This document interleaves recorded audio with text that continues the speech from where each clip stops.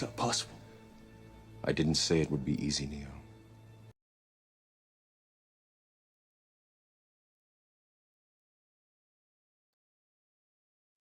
All right, good morning. All right, okay, just stand by. The Committee on Parole is reconvening. We're at Franklin Parish. The date is Thursday, April 25th, 2024. It's 9:54 a.m. And so we're looking for Mr. We will go ahead with this. We don't bring any meetings. Okay. Sir, would you tell us your name and DOC number? Sergio Boyd, 723316. Excuse me. Sergio Bowie. Okay, let me get the right file. All right. And that is mistaken. Okay.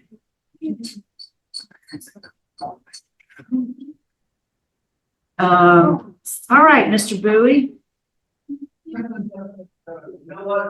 Introduce the panel to you. My name is Cheryl Renatza. Seated to my left is Mrs. Stapleton. To my right is Mr. Freeman. I'm going to read some information into the record, after which I'll ask you to confirm it. And then I'm going to turn it over to Mrs. Stapleton, seated to my left. Your case has been assigned to her. Let me let you know that we have some folks who are joining us by Zoom. Your son, let's see, your wife, Felicia Lewis. We have Terrence Wynn and LaWanda Finney, all who are joining us. Well, they're here. I think I'm looking at the, I'm looking, stand by just a second. I think I have the wrong Piece of paper, man.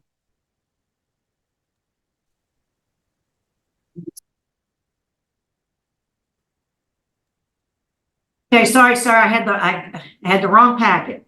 So Yes, let me read the identifying information. You're classified as a second felony offender.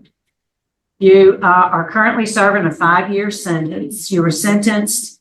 Let's see, you have indecent behavior with a juvenile sentencing date in East Baton Rouge, July of 2021. You have another sentencing for unauthorized entry. You were initially sentenced in 2017, but you were revoked.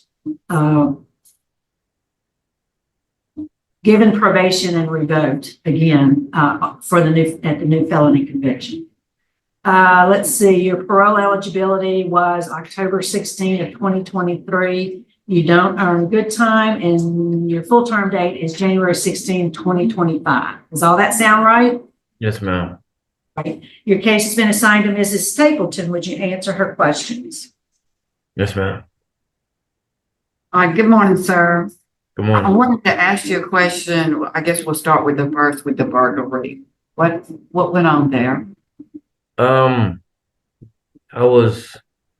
believe I was 16, just turning 17, and I was hanging with some guys, and it was drug influenced. You know what I mean?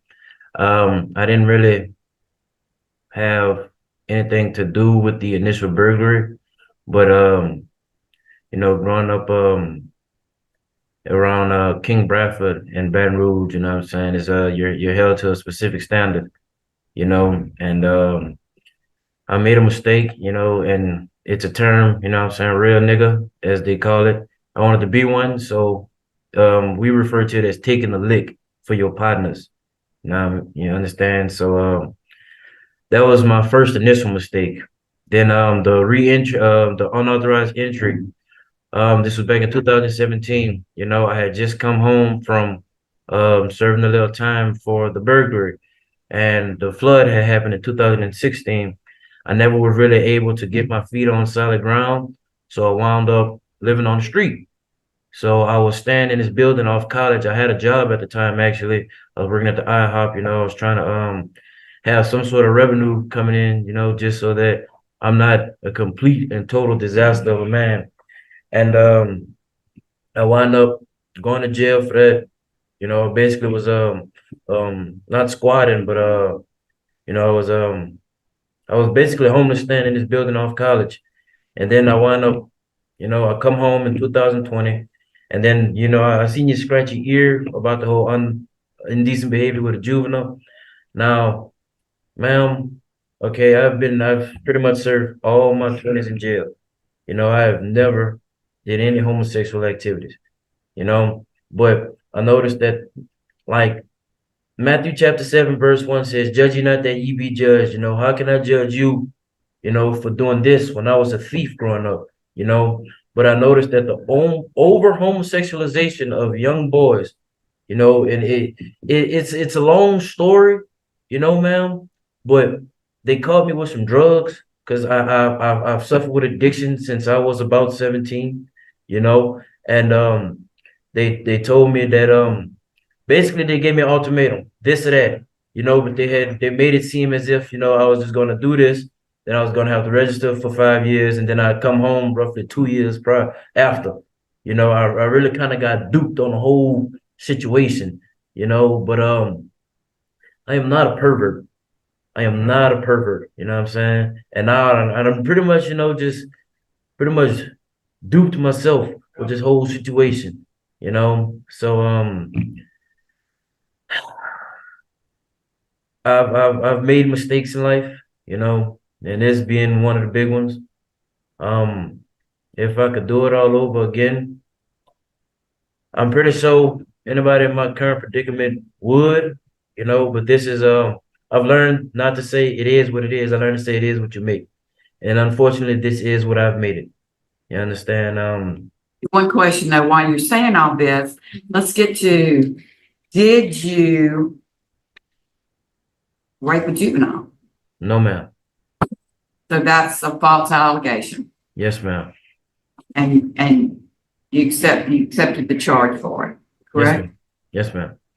Okay, and then later on, I see where you've absconded in 2021 and your parole was revoked. How about all of that? Did that was your I'm fault, not different caused it? I'm not exactly sure how I absconded, you know, when I forget my parole officer's name, Okay, and hear me out.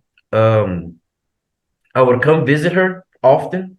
Granted that okay, I was only out there for from Thanksgiving Day to January 16, 2020. You know, okay, I believe that I roughly seen her, if not once a week, once every other week. And then when I came to jail, she told me to revoke she told me not to revoke, you know. So that's probably why it probably looks as if it took forever for me to revoke the probation or parole or whatever it was I was on. Mhm. Okay, well, I see where you've taken quite a few classes and you take sex offender 1, 2, 3, and 4 class, correct? Yes, ma'am. Okay, and victim awareness, correct? Yes, ma'am. No, ma'am. I'm unaware No. of what victim awareness is. Okay, well, that's an excellent class. And the reentry and anger management, did you take that, or did you take more classes and I'm just not aware of it? I've taken reentry before, but I have yet to take it again, ma'am. Okay, anger management? They the facility that I'm in, they would not place me in other classes due to my offender class.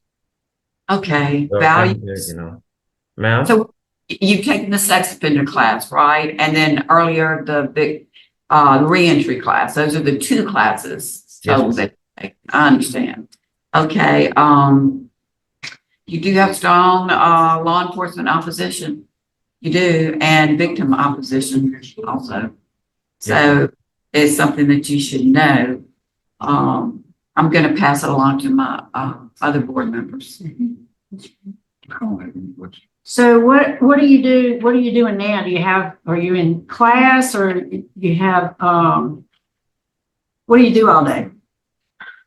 Um, pretty much nothing. You know, I'm literally just laying. You know, I've been praying for this moment here. You know, rather my parole get accepted or denied, my prayers have been answered here.